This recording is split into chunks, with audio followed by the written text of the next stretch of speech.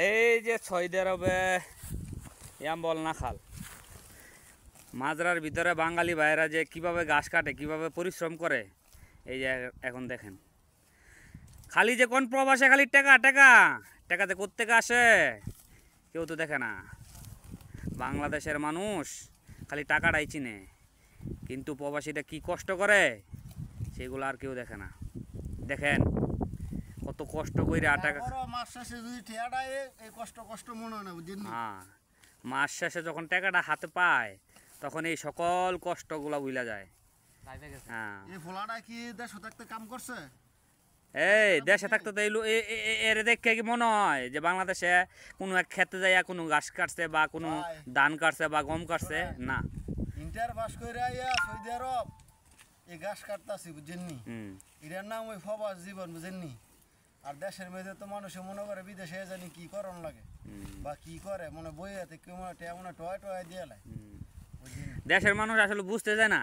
মাসটা শেষ হয় একদিক দিয়া বলে যে বাবা টাকা পাইছ, বেতন পাইছ, কিন্তু বেতনটা যে কোত্থেকে আসে বাবাই তো আর দেখে না। আচ্ছা যাক, সৌদি আরবে দেশের অর্থনৈতিক আমরা রেমিটেন্স ছড়ায় চাঙ্গা রাখতে পারি, দেশের জন্য কিছু করতে পারি, এই দেশে কষ্ট করি তাতে কোনো দুঃখ নাই। বাংলাদেশটা উন্নত হইতে হইব, বাংলাদেশটা ভালো থাকতে হইব। পরের প্রজন্ম যে আমরা কষ্ট করলেও যে পরের প্রজন্ম ভালো থাকে, তাদের জন্য কষ্ট আর না করা লাগে, কাজ করতে হইব। এই জন্য এই যে আরেক ভাই আছে, ভাই চেহারা দেখাইতে নাজুক, মানে দেখাইবো না, বাট কষ্ট কষ্ট কিন্তু ঠিকই করতেছে। হ্যাঁ, কথা শুনেন যে এই যে দেন দেশও থাকতে আমি কিন্তু আই পাস করেছি, যেটা বলে ইন্টার পাস। তো আমার একটাই কথা, দেশের জন্য, দেশের ছাত্রছাত্রী বা দেশের ভাইদের জন্য যারা বিদেশেও নাই নেই, টুকটাক কাজ শিখেন, কাজ করেন। এই যে দেন লেখাপড়া সবসময় কাজে না, কাজের বিদ্যাটাই কাজেই, বুঝছেন নি।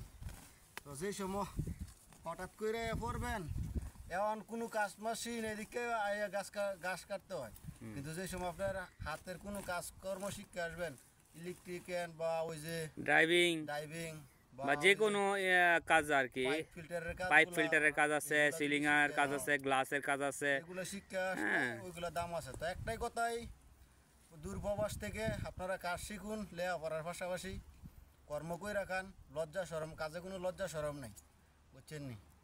তো এতটুকুই আপনাদের জন্য শুভকামনা রইল। আসসালামু আলাইকুম।